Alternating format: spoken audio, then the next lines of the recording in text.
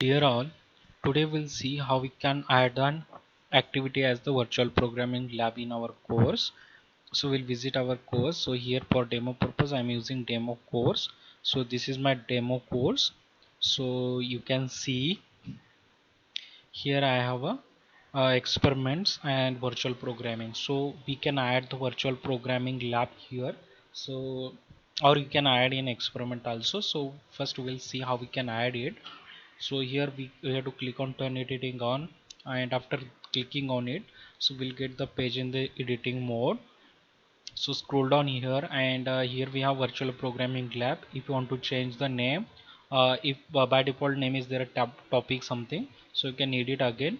Here I will add an activity. So how we can add the virtual programming activity? So click on add an activity or resource and find here virtual programming lab. So after clicking on it, it will give me the description about virtual programming lab.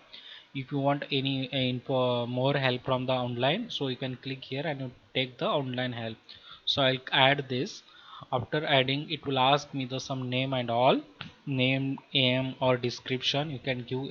So for example, in short description you can write the aim of the program, and then the full description you can write the theory and all related information, but these two fields are not compulsory, but name is compulsory. So I'll write the name.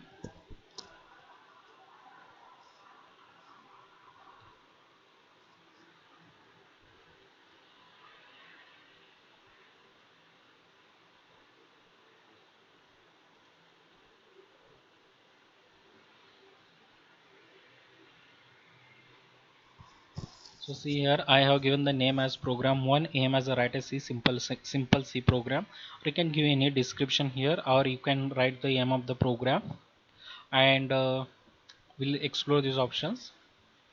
So click on expand all. So here a submission restriction, maximum number of files, how many files student should submit. So initially I'm giving one. If there are two programs, small programs, or any 2 3 programs are there, you can say, and this programs having 2 3 files, so we can give here number 3.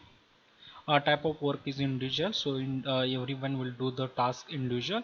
If there is a group activity, you can give group work. Say 2 3 students are there and you are assigning the task to them.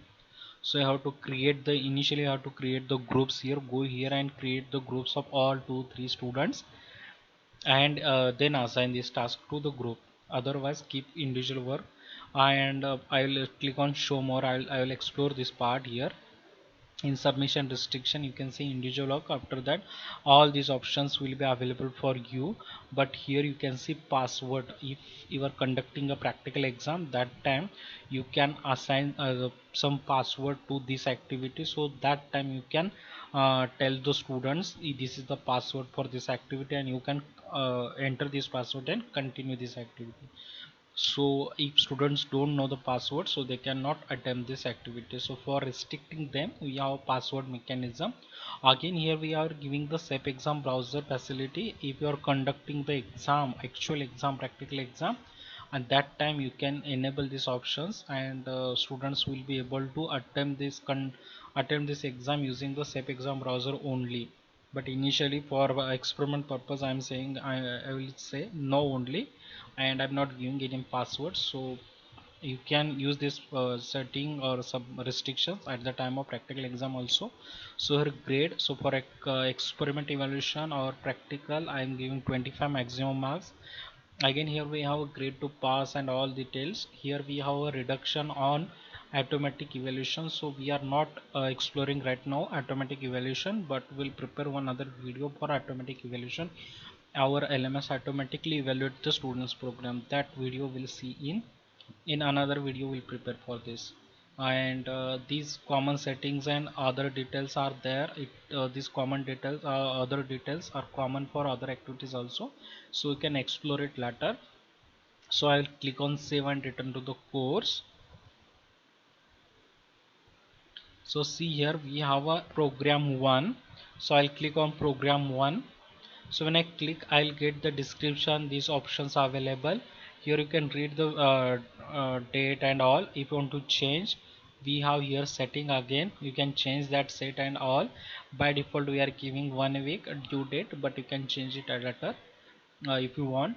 maximum number of files, one type of work, individual work, and all this.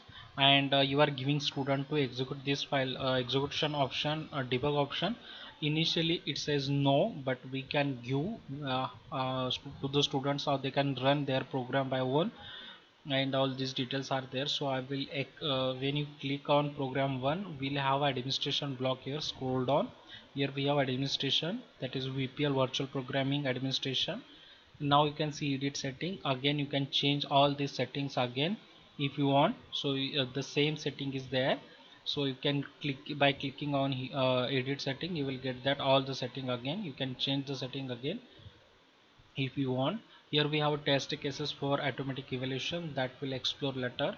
I will I want to explain you the execution option, so I will click on execution option. Here you can say if already any program is there, and on the basis on that program you want to give the execution options. So here if there is another program is there, already some programs, virtual programs you have given, then the list will be there.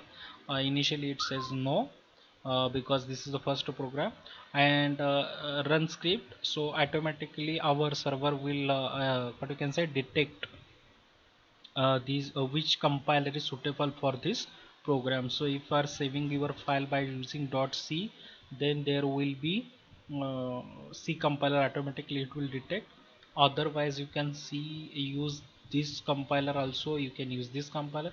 So depend on your what you can say, the requirement, you can choose the compiler. But here if you are putting auto detect, so it would automatically detect the compiler. For example, you are saving your file by using .java, there is a Java program, so .java, then automatically this will select the Java compiler likewise.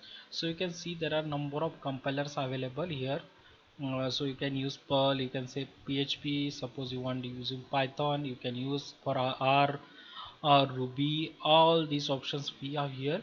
Again I'll say here we can use C sharp, and these options are there. Again here we have Java, HTML, PHP, all these compilers available here, you can use any. So initially I'm saying auto detect, so if you are not using it, automatically detect the compiler, whatever the compiler it is needed by the extension of that file, it automatically detect. But here you can give the options to the students, run and debug. Evaluation we'll see in another video, how we can what you can say, to evaluation how it happens, right?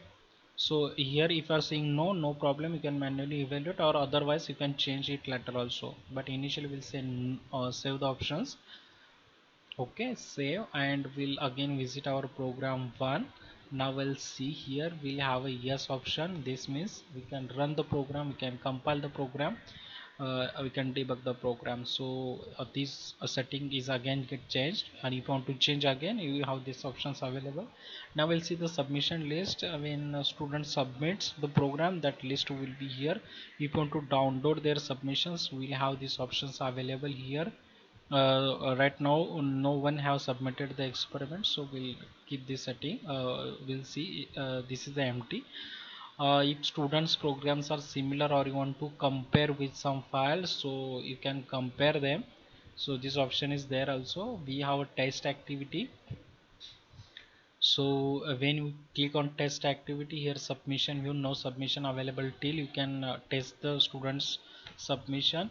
You can click on submission, and you can check the submission any file by uploading any file, you can again check.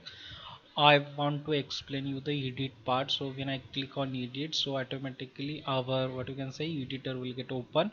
Now I have to choose the file name, so I am going to do the hello C program. So I will click on OK. So automatically it will create the hello.c file for me.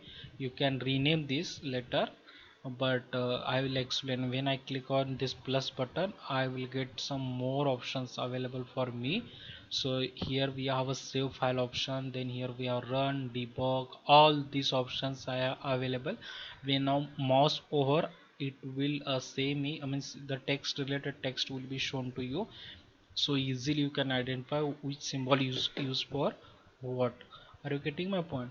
So here I want to rename, so you can use this, or you want to delete this, you can delete. If you want to import some files, download some files, these options are available. So I